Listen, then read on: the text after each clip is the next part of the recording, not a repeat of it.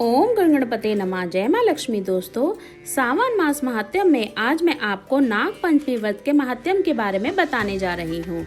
भगवान शंकर ने सनत कुमार से कहा, अब मैं तुम्हें श्रावण शुक्ल पंचमी को किए जाने वाले व्रत नाग पंचमी व्रत के बारे में बताता हूँ। ध्यान पूर्वक सुनिए। साधक को चाहिए कि वह एक दिन पहले एक ही समय भोजन करें।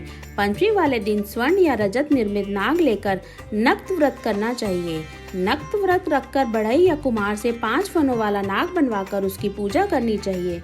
अपने घर के मुख्य द्वार के दोनों तरफ गोबर से 5 फनों का नाग बनाकर कटोरे में दूध रखकर उसकी धूप, दीप, गंध, अक्षत, करवीर, मालती, चमेली और चंपा के फूलों से पूजा करनी चाहिए।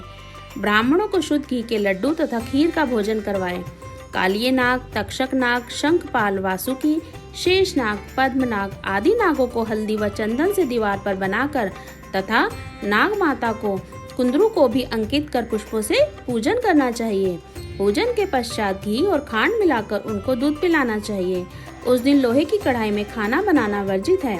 गेहूं और दूध की खीर बनाकर भुने हुए चने, धान का लावा, भुने जौ नागों को देने चाहिए एवं स्वयं भी उपरोक्त वस्तुओं का भोजन करना चाहिए।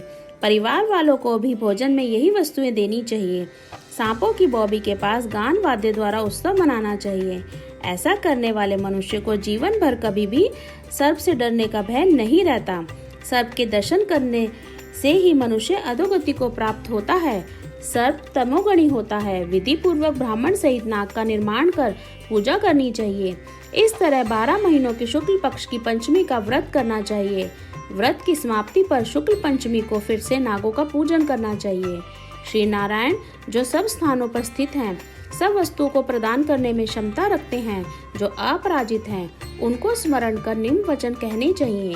हे प्रभु, मेरे वंश में हमारे पूर्वजों में से जो भी सर्प के दंश से अधोगति को प्राप्त हुए हों, वे इस व्रत से तथा दान से मुक्ति को प्राप्त हो जाएं। इस प्रकार उच्चारण कर सफेद चंदन युक्त चावल के पानी को भक्ति पूर्वक वासुदेव श्री कृष्ण के निमित्त जल में छोड़ देना चाहिए। इस प्रकार व्रत, पूजा और दान से साधक के वंश में सर्प दंश के कारण जो भी मरे होंगे या भविष्य में मरने वाले होंगे, उनका उद्धार होगा। सनत कुमार वे सब सर्प योनि से युक्त होकर स्वर्ग लोक को पहुंच जाते हैं। इस प्रकार व्रत करने वाला अपने वंश का उद्धार कर शिव के सानिध्य में पहुंच जाता है। सनत कुमार जी, जो मनुष्य नाग की हत्या करते हैं, उनके परिवार में अगले जन्म में पुत्र नहीं होता और यदि होता भी है तो अधिक समय तक जीवित नहीं रहता। महिलाओं की कृपणता के कारण भी प्राणी को सर्प योनि प्राप्त होती है। जो दूसरों की अमानत हजम कर जाते हैं, वे भी सर्प योनि में जाते हैं।